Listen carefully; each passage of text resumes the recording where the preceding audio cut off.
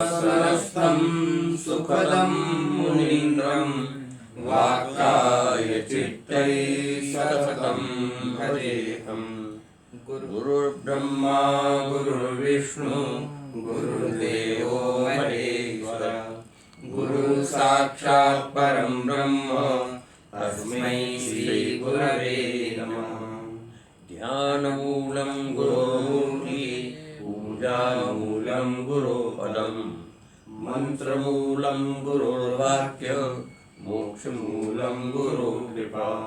हरि ओम नमस्ते विकाय ओम श्री परमात्मने नमः।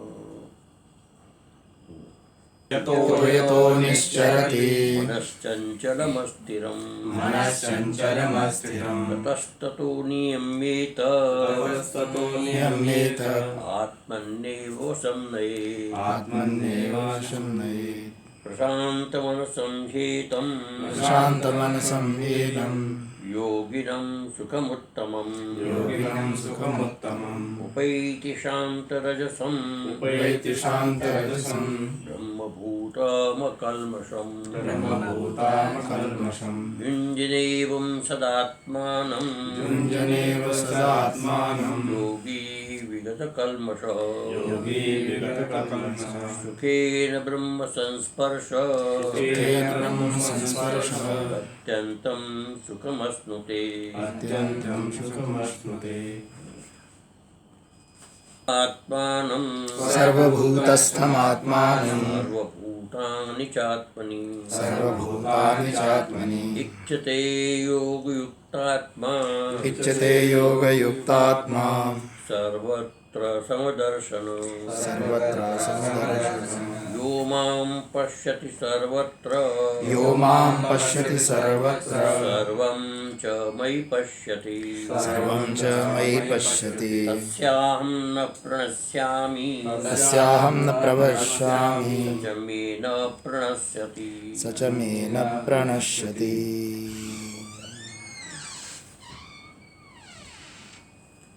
तो कल अपना चल रहा था 28वें श्लोक का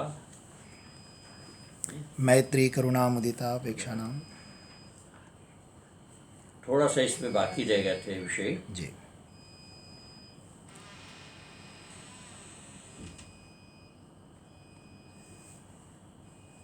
चतुष्टयम जो उपलक्षणम मैत्रादि जो चतुष्टय बात है मैत्रोदित करुणामुदिता अपेक्षाणाम, ये जो है उपलक्षण है किसका?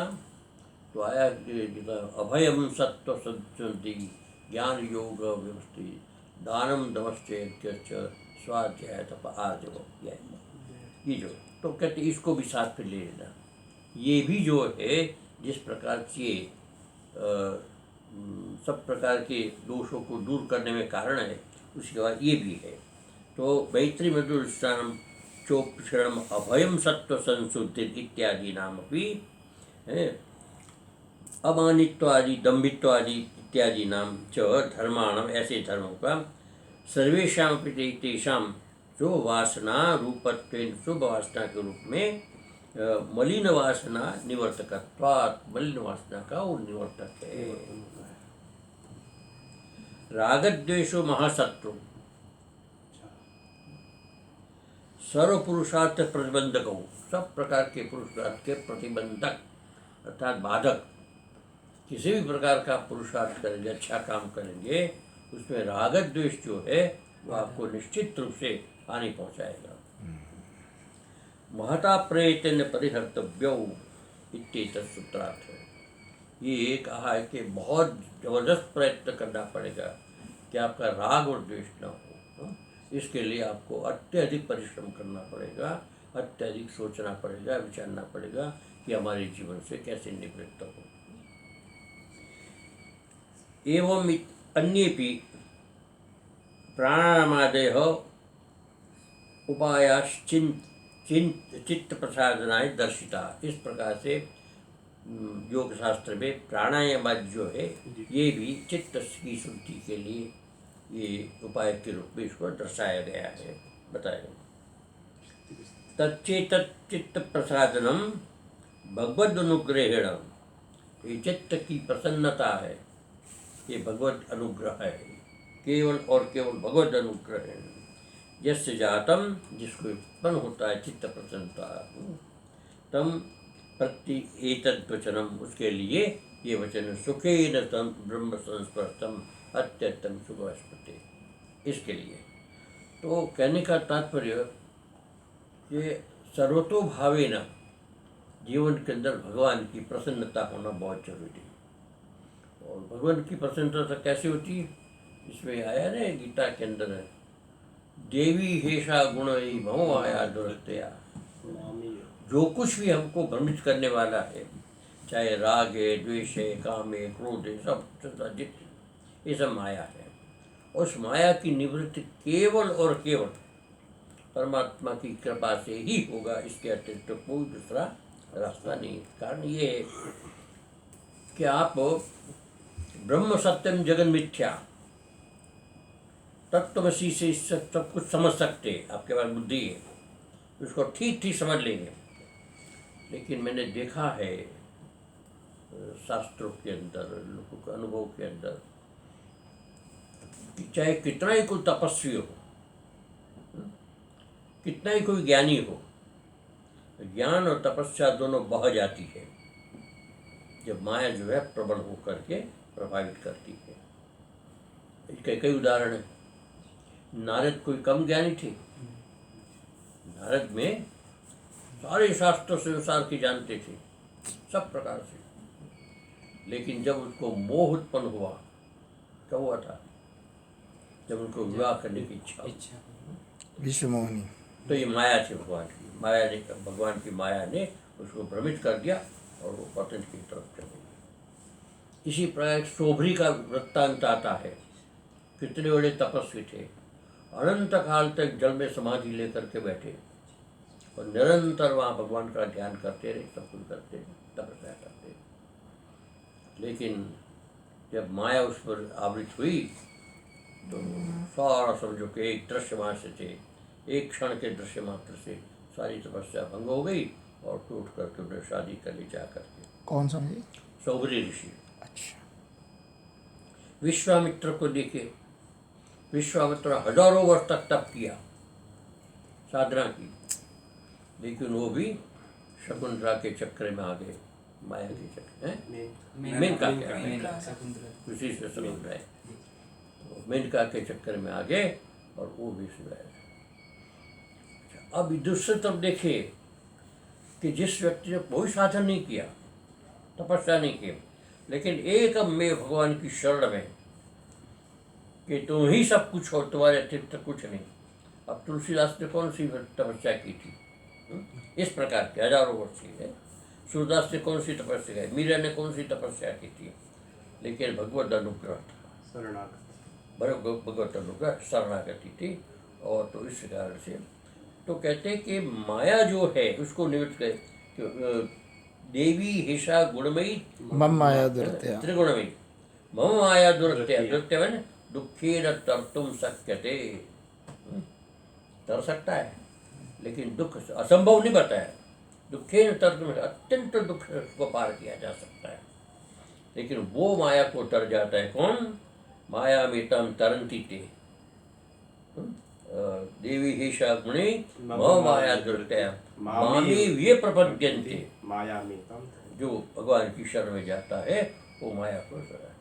अब भगवान की शरण में जाने के कई सारे उपाय, भगवान की शरण, तो इसलिए यहाँ पर कहा है कि केवल और केवल भगवद अनुग्रह जो है, यस्य जातम, जिस पर हो जाता है। और अब देखते हैं संसार में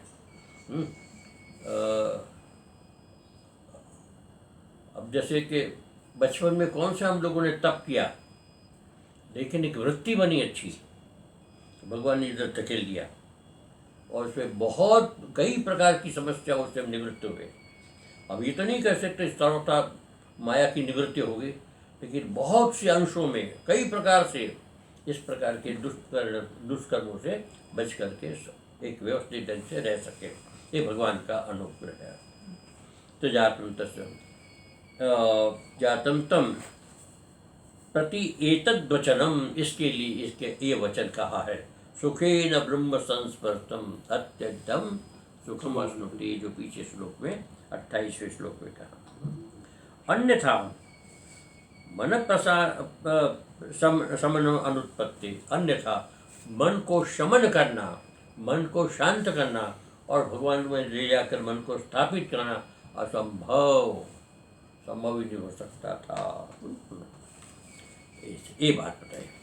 अब जो यहाँ पर कहते हैं दूसरे श्लोक के लिए भूमिका, तदेव निरोध समाधीना तम पद लक्ष्ये तत्पद लक्ष्ये च शुद्धे साक्षात्कारे तद ऐक्य गोचरा तत्त्वमसि इत्यादि वेदांत वाक्य जन्या निर्विकल्पक साक्षात्कार रूपा वृत्तिर ब्रह्म विद्या विधाना जायते। ये जो वृत्ति है अर्थात योग से ऊपर उठने की बात करती इसमें, ये जो श्लोक है योग से भी ऊपर उठ करके और केवल भगवान के अनुग्रह से होता है। तो यहाँ इस सीधा समझो के आचार्य शंकर का मत आता है, ये सांख्य योग को परे करके, तदेव निरोध समाधिना, निरोध समाधि सब प्रकार की वृत्तियों का निरोध रूपी जो समाधि है उसमें क्या होता है, त्वम पद लक्ष्य और तत्पद लक्ष्य। त्वम पद का लक्ष्य क्या है और तत्पद का लक्ष्य क्या है, इसको सोचने की आवश्यकता है। इसलिए शुद्धे साक्षात्कार है, शुद्ध जो साक्षात्कार है, शुद्ध ब्रह्म में परमात्मा में साक्षात्कार के लिए तद एक गोचरा, त्वम और तत् की एकता का गोचर विषय तत्त्वमसि इत्यादि जो है वाक्यजन्या, इस प्रकार के वाक्य से उत्पन्न निर्विकल्प साक्षात्कार रूपा, निर्विकल्प किसी प्रकार का विकल्प विशेषण न हो, किसी प्रकार का संबंध न हो, ऐसा है निर्विकल्प साक्षात्कार रूप स्वरूप वृत्ति, जो वृत्ति है उसको से ब्रह्म विद्या अभिजाना जायते, ब्रह्म विद्या, ये ब्रह्म विद्या प्राप्त होती है। ततश्च कृष्ण अविद्या तत्कार्य निवृत्तिया, और उससे क्या हो, जब ब्रह्म विद्या की प्राप्ति होती है तो संपूर्ण अविद्या और अविद्या का कार्य जो वृत्ति है वो सब समाप्त हो जाती है। तो वहाँ पर जो मतलब किसी प्रकार के एकमात्र अधिष्ठान के अतिरिक्त तो कोई भान नहीं होता। ब्रह्म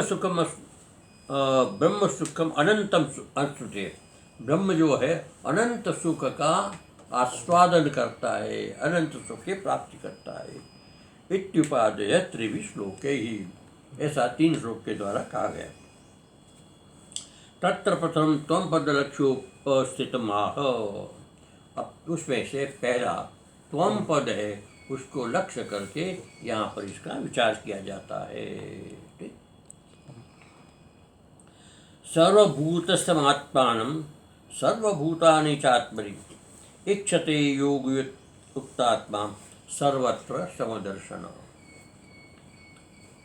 सर्वत्र समदर्शन युक्त आत्मा, जिसकी एक प्रकार से धारणा में कि सब जगह पर एक ही परमात्मा का दर्शन होता है, समभाव का दर्शन होता है, ब्रह्म भाव का दर्शन होता है, और युक्त आत्मा जिसने अपने मन को परमात्मा में नियुक्त कर दिया है, निर्वृत्तित कर दिया है, ऐसा आत्मा जो है कैसे रहता है, तो सर्वभूतेषु आत्मान, संपूर्ण प्राणियों में अपने आत्मा को देखता है, संपूर्ण भूतों में अपने आत्मा को देखता। अब भूत का अर्थ 2 है, भूत का मतलब जड़ और भूत का अर्थ चेतन, जीव। तो प्रत्येक जीव में और प्रत्येक पदार्थ में वो उसको अपना ही स्वरूप देखते हैं, आप ही देखते हैं इसके अंदर।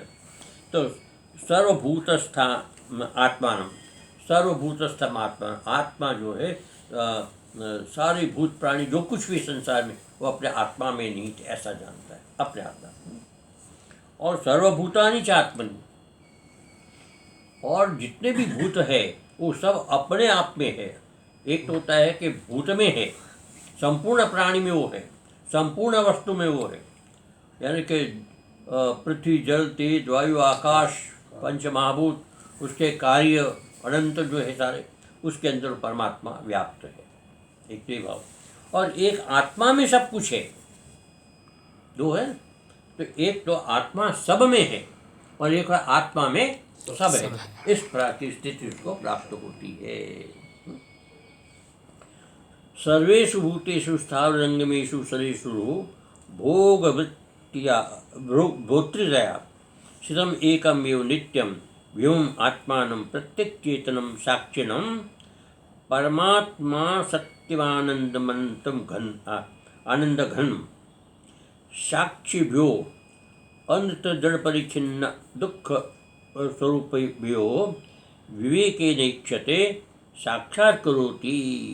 ये जो कहते हैं कि सर्वत्र समदर्शन, वो कैसा होता है? तो सर्वभूतेषु, संपूर्ण प्राणी मात्र में, स्थावर जंगमेषु, स्थावर मैंने स्थिर, और जंग मैंने चलने वाले, शरीरेषु, ऐसे शरीरों में, भोक्तृदृष्ट्या, भोक्तृतया, भोक्तृ मैंने भोक्ता है, इस रूप में मैं भोक्ता के रूप में हूँ, सब में मैं ही भोग रहा हूँ, सब भोक्ता के रूप में। स्थितम एकम, स्थित ऐसा एक है जो नित्य सब में एक है। जैसे आप भोक्ता है, मैं भोक्ता, ऐसा नहीं, एक ही है। तो स्थितम एकम विभु नित्यम विभुम आत्मानम, विभु मैंने व्यापक, हाँ। तो नित्य है, विभु है, ऐसा जो आत्मा है, प्रत्यक्ष चेतनम है, प्रत्यक्ष जो चैतन्य है, साक्षिणम, सबका साक्षी, सबके भीतर रहकर सब कुछ देखता है, करता कुछ नहीं, लेकिन साक्षी जो मात्र देखता है, ऐसा साक्षिणम परमार्थ सत्य आनंदम आनंद घनम, परमार्थ सत्य, वास्तव में वो सत्य है, और आनंद घन है। आनंद घन किसको कहते हैं? घन,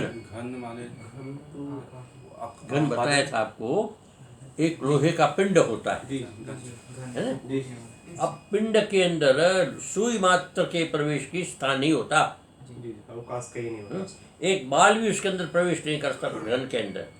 उसी प्रकार सारा संसार जो है लबालब आत्मा से, आनंद से भरा हुआ है, इस प्रकार का स्वरूप है। घन साक्षी भ्यो, एक होता है साक्षी और एक होता है साक्ष्य। क्या हुआ? एक होता है साक्षी और एक होता है साक्ष्य। एक होता है देखने वाला और एक दिखाई देने वाला। एक दिखाई देने वाला है वो साक्ष्य है, और दिखाई देने वाला क्या है? तो कहते अनृत, अनृत मैंने जो मिथ्या, अनृत, जड़, परिच्छिन्न, दुख स्वरूपेभ्यो, दुख रूप वाला ये सारा जगत है, वो विवेके निक्षते, विवेक से वो इक्षते, साक्षात करोति, अर्थात वो मेरे से भिन्न है, इस प्रकार से दिखता है। ठीक से तस्मिन् च आत्मनि साक्षिणी सर्वाणि भूतानि साक्ष्याध्यासिकेन संबंधेन भोग्यतया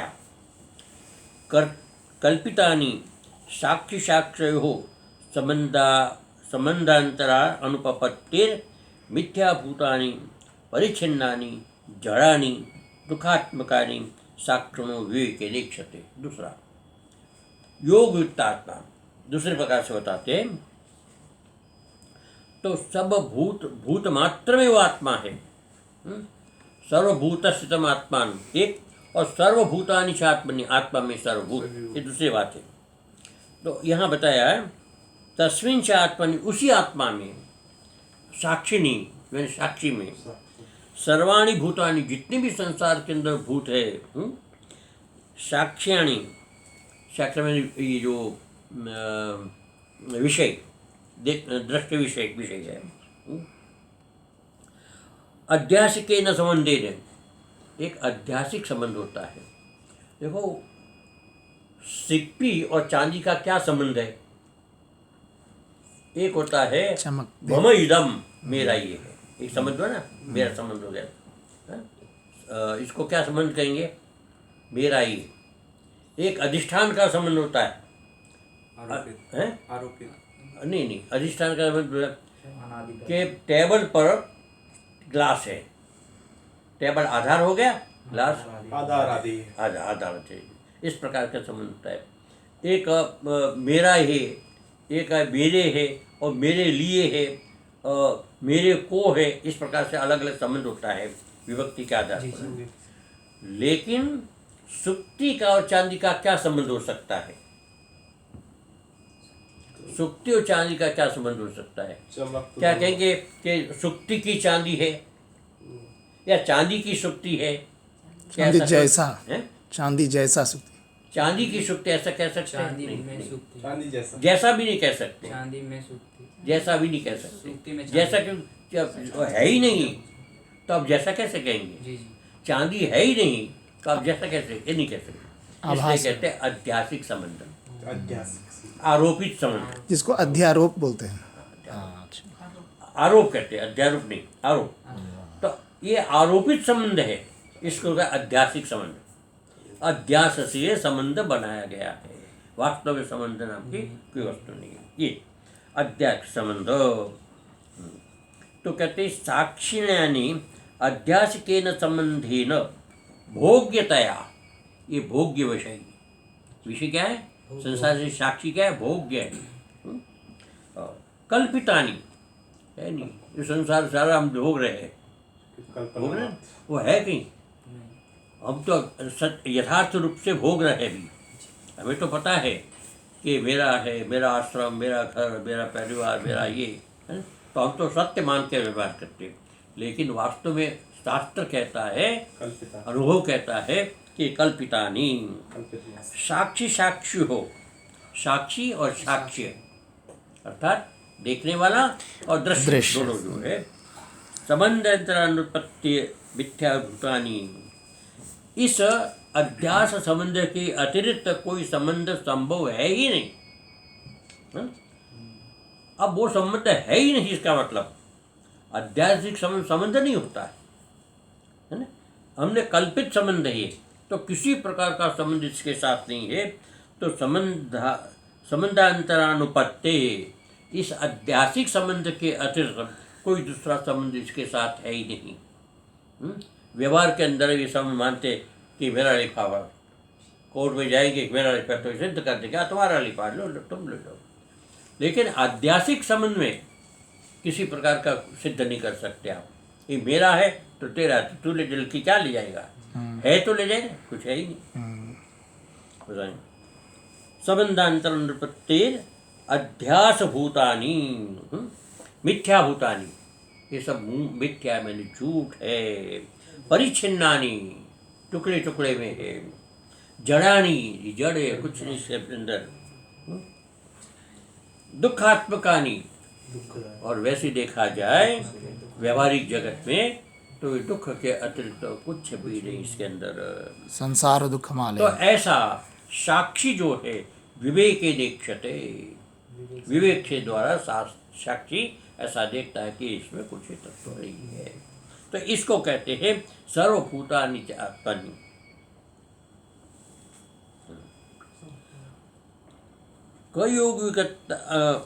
कह ये कौन है, ये युक्त आत्मा कौन है?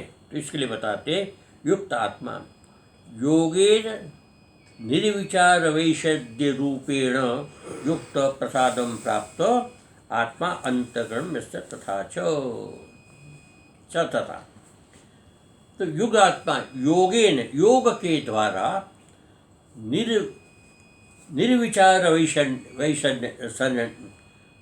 वैशारद्य, निर्विचार योग के माध्यम से चित्त को निर्विचार कर दिया है। चित्त के विचार की, चित्त के चंचलता की, चित्त की क्रियाशीलता की सारी समाप्ति, सारी संभावना समाप्त कर दिया है। ऐसा जो है युक्त कहते हैं। ऐसा युक्त जो है प्रसाद, ऐसे प्रसाद कहते हैं इसको, प्रसाद प्राप्त व्यक्ति, प्राप्त आत्मा अंतर में प्रसाद प्राप्त कर लिया है आत्मा ने अंतःकरण ने, जिसके ऐसा अंतःकरण वाला व्यक्ति। तथा च प्रागेयुक्तम निर्विचार वैषद्य अध्यात्म प्रसादो, निर्विचार जब व्यक्ति संपन्न होता है, निर्विचारता को प्राप्त होता है, तो वो आध्यात्म प्रसाद, उसको अध्यात्म प्रसाद प्राप्त है। अध्यात्म प्रसाद नहीं, अध्यात्म आध्यात्म प्रसाद माने अंदर का जो आत्मा के शांति के, इसका उसको प्रसाद प्राप्त होता है। और उसको ऋतंबरा तत्र प्रज्ञा, वहाँ पर उसको है ऋतंबरा प्रज्ञा प्राप्त होती है। श्रुतानुमान प्रज्ञाभ्याम अन्य विशेष अर्थत्वात्, एक श्रुत होता है और एक अनुमान। श्रुत मैंने सुना हुआ, अनुमान में अनुमान किया गया।